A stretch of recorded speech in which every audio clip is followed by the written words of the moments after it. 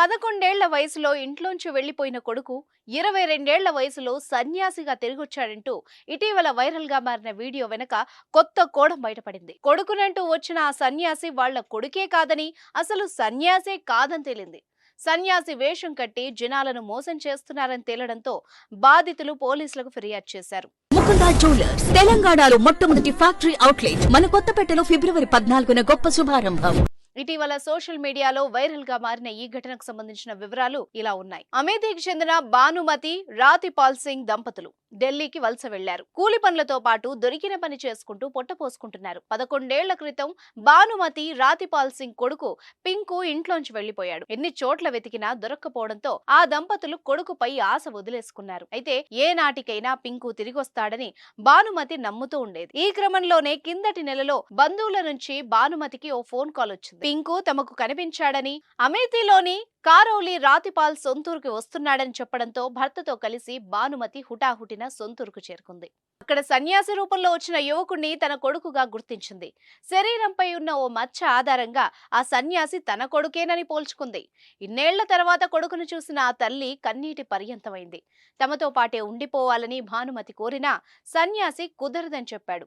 ఇంట్లో నుంచి వెళ్లిపోయాక జార్ఖండ్లోని పరస్నాథ్ మఠంలో చేరానని, కుటుంబ జీవితం పట్ల తనకు ఆసక్తి లేదని చెప్పాడు.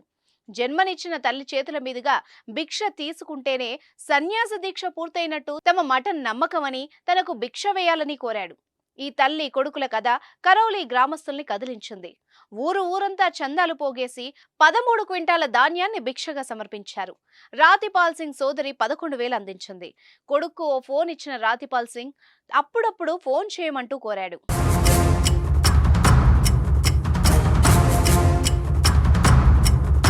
ఈ ఘటన జరిగిన తర్వాత 3-4 రోజులకు రాతిపాల్ సింగ్ కు పింకు ఫోన్ చేశాడు. తనకు ఇంటికి వచ్చేయాలనుందని, కానీ సన్యాస దీక్ష వదిలేసి కుటుంబంతో కలిసిపోవాలంటే తమ మఠానికి పరిహారంగా డబ్బులు కట్టాలంటూ చెప్పాడు. ఇందుకు 11 లక్షలు అడుగుతున్నారని చెప్పగా రాతిపాల్ సింగ్ తన పొలం అమ్మేసి డబ్బును సిద్ధం చేశాడు. జార్ఖండ్ కు వచ్చి మఠం పెద్దల్ని కలిసి ఆ డబ్బు అందజేస్తానని చెప్పగా పింకు వద్దన్నాడు. రకరకాల కారణాలు చెబుతూ రాతిపాల్ సింగ్ జార్ఖండ్ రాకుండా అడ్డుకున్నారు. దీంతో అనుమానించిన రాతిపాల్ సింగ్ పోలీసులకు ఫిర్యాదు చేశాడు.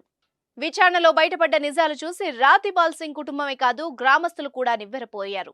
గ్రామానికి వచ్చిన సన్యాసి పింకు కాదని, అసలు ఆ యువకుడు సన్యాసే కాదని పోలీసుల విచారణలో తేలింది. ఆ సన్యాసి అసలు పేరు మహమ్మద్ నఫీస్ అని, ఇలా తప్పిపోయిన పిల్లల తల్లిదండ్రుల్ని మోసం చేయడమే వాళ్ల పనని బయటపడింది. నఫీస్ సోదరుడు కూడా ఇదే తరహాలో ఓ కుటుంబాన్ని వంచించి లక్షల డబ్బు చేజిక్కించుకుని పారిపోయాడని పోలీసులు చెప్పారు.